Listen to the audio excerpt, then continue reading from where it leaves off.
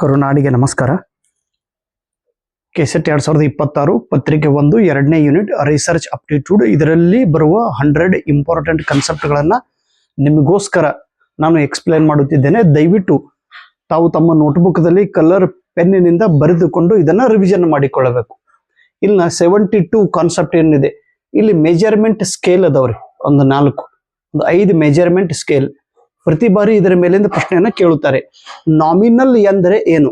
Nominal ಇದು ಒಂದು ಪ್ರಕಾರದ ಎಣಿಕೆಯ ಸ್ಕೇಲ್ ಆಗಿದೆ, ಮೆಜರ್ಮೆಂಟ್ ಮಾಡುವಂತ ಒಂದು ಮಾಪನವಾಗಿದೆ. ನಾಮಿನಲ್ ಎಲ್ಲಿ ಯೂಸ್ ಮಾಡ್ತಾರೆ? ಕಾಸ್ಟ್, ಜಾತಿಯನ್ನ ಗಣನೆ ಮಾಡುವಾಗ, ಎಥ್ನಿಸಿಟಿ, ಬುಡಕಟ್ಟು ಜನರ ಬಗ್ಗೆ ಅಭ್ಯಾಸ ಮಾಡುವಾಗ, ಮತ್ತು ಮ್ಯಾರಿಟಲ್ ಸ್ಟೇಟಸ್, ಮದುವೆ ಆಗಿದೆಯೋ ಇಲ್ಲೋ ಅನ್ನೋದನ್ನ ಹೇಳುವ ಸಲುವಾಗಿ. ಇನ್ನು ಆರ್ಡಿನಲ್, ರ್ಯಾಂಕ್ ಅನ್ನ ವ್ಯಕ್ತಪಡಿಸುವ ಸಲ, first rank, second rank, third rank ಅಂತೇಳಿ ನಾವು ಕರಿತೀವಲ್ಲ. ಈಗ ಮಿಲಿಟರಿದೊಳಗೆ ರ್ಯಾಂಕ್ ಇರ್ತಾವ್ರಿ, colonel, lieutenant.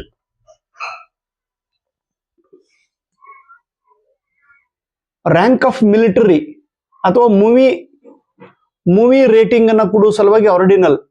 Personal satisfaction level ಅನ್ನ ವ್ಯಕ್ತ ಮಾಡುವ ಸಲುವಾಗಿ ಆರ್ಡಿನಲ್ ನಂಬರ್ ಅನ್ನ ಯೂಸ್ ಮಾಡುತ್ತಾರೆ. ಇನ್ನು interval, time of the day, ಮುಂಜಾನೆ, ಮಧ್ಯಾಹ್ನ, ಸಂಜೆ, ಟೈಮ್ ಆಫ್ ದ ಡೇ ಹೇಳುವ ಸಲುವಾಗಿ ಇಂಟರ್ವಲ್ ಯೂಸ್ ಮಾಡುತ್ತಾರೆ. Location of places in latitude, degree, longitude ಮತ್ತು ಲ್ಯಾಟಿಟ್ಯೂಡ್ ಡಿಗ್ರಿಯನ್ನ. ಲಾಂಗಿಟ್ಯೂಡ್ ಅಂದ್ರೆ ನಾವು ರೇಖಾವೃತ್ತಗಳು, ಪೃಥ್ವಿ ಮೇಲೆ ಇರ್ತಾವಲ್ರಿ ಹಿಂಗ ರೇಖಾವೃತ್ತಗಳು, ಅಡವಾ ಹಾರಿಜೆಂಟಲ್ಗಳು. ಈ ಲ್ಯಾಟಿಟ್ಯೂಡ್ ಡಿಗ್ರಿಯನ್ನ ವ್ಯಕ್ತ ಮಾಡುವ ಸಲುವಾಗಿ ಇಂಟರ್ವಲ್ ಯೂಸ್ ಮಾಡುತ್ತಾರೆ. ಅನುಪಾತ, ರೇಷಿಯೋ ಅಂದ್ರೆ ಅನುಪಾತ. ಹೈಟ್ ಆಫ್ ದ ಸ್ಟೂಡೆಂಟ್ಸ್, ಒಂದು ಕ್ಲಾಸ್ ರೂಮ್ದೊಳಗ ವಿದ್ಯಾರ್ಥಿಗಳ ಹೈಟ್ ಅನ್ನ ಎಣಿಸುವ ಸಲುವಾಗಿ, ವ್ಯಕ್ತಪಡಿಸುವ ಸಲುವಾಗಿ ರೇಷಿಯೋ. ವೇಟ್ ಅಥವಾ ಡಿಸ್ಟನ್ಸ್. ಇನ್ನು inter period, year of death. ಇಲ್ಲಿ ಸ್ಟ್ರಾಟಿಫೈಡ್ ಸ್ಯಾಂಪ್ಲಿಂಗ್ ಎಂದರೆ ಏನು? Stratified sampling, when a research problem is related to heterogeneous. Heterogeneous ಅಂದ್ರೆ ನಾವ್ ಏನ್ ಕರಿತೀವಿ, ಹೋಮೋಜೇನಿಯಸ್ ಅಂದ್ರೆ ಒಂದೇ ರೀತಿಯಾಗಿರುವಂತ ಘಟಕ. ಹೆಟರೋಜೋನಿಯಸ್ ಅಂದ್ರೆ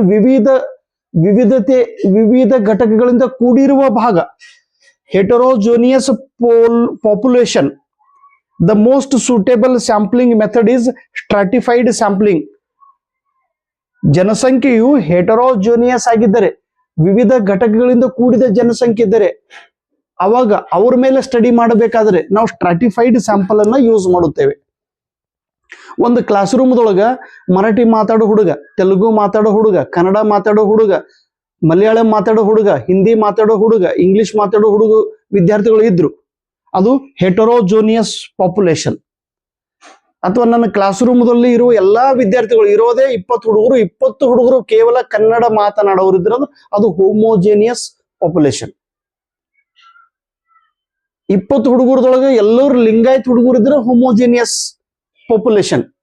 ಒಬ್ರು ಕ್ರಿಸ್ತದವರು, ಒಬ್ರು ಹಿಂದೂದವರು, ಒಬ್ರು ಮುಸ್ಲಿಂದವರು, ಒಬ್ರು ಬೇರೆ ಯಹೂದಿಯವರು, ಒಬ್ರು ಲಿಂಗಾಯತರು, ಒಬ್ರು ಕುರುಬರು, ಒಬ್ರು ನವಹಿಂಗ, ಬೇರೆ ಬೇರೆ ಜಾತಿಯ ಜನರು,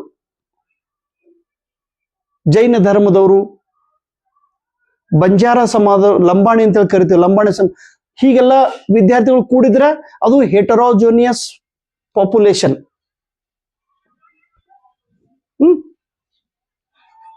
ದನಗರ ಜಾತಿಯವರು, ಹೀಗೆ ಬೇರೆ ಬೇರೆ ವಿದ್ಯಾರ್ಥಿಗಳು ಇದ್ರು, ಹೆಟರೋಜೆನಿಯಸ್. ವರ್ಚುವಲ್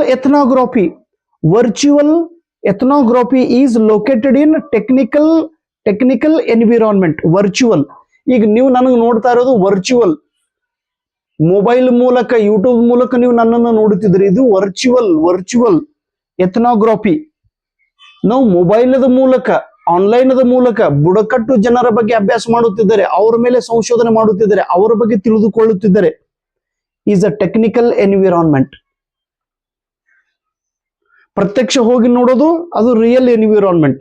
ಮೊಬೈಲದ ಮೂಲಕ ಬುಡಕಟ್ಟು ಜನರನ್ನು ನೋಡೋದು technical environment. A true zero point is the feature of ratio scale.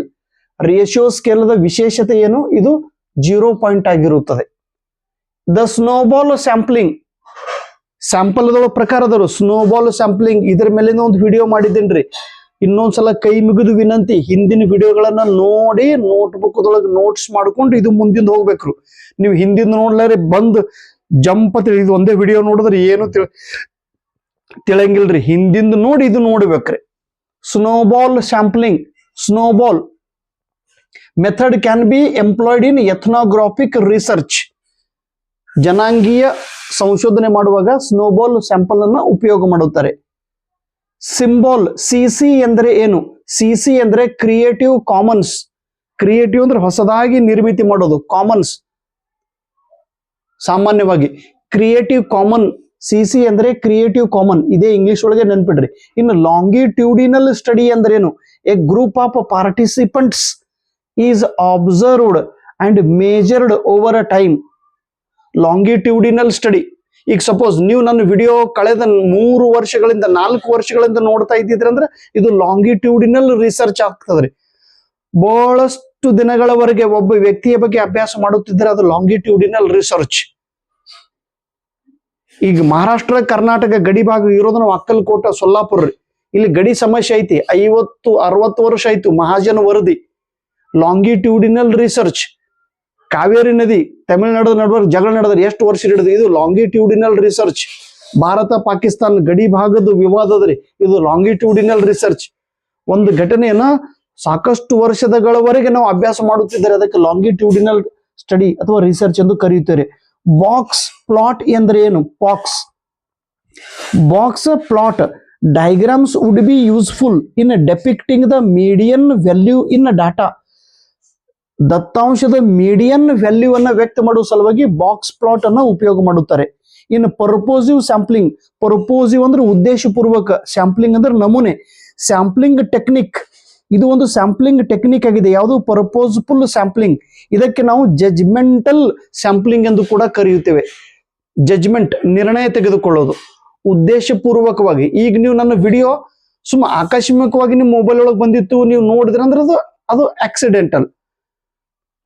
ಈಗ ನನ್ನ ವಿಡಿಯೋ ನೀವು ಆಕಸ್ಮಿಕ ನೋಡಿರಿ, ಮತ್ತೆ ಇನ್ನೊಂದ್ಸಲ ನನ್ನ ವಿಡಿಯೋ ನೀವು ನೋಡೋರೇ ಇದ್ರಿ ಅಂದ್ರೆ ಅದು ಪರ್ಪೋಸ್ಫುಲ್ ಆಕ್ಷನ್ ಆಗ್ತದೆ.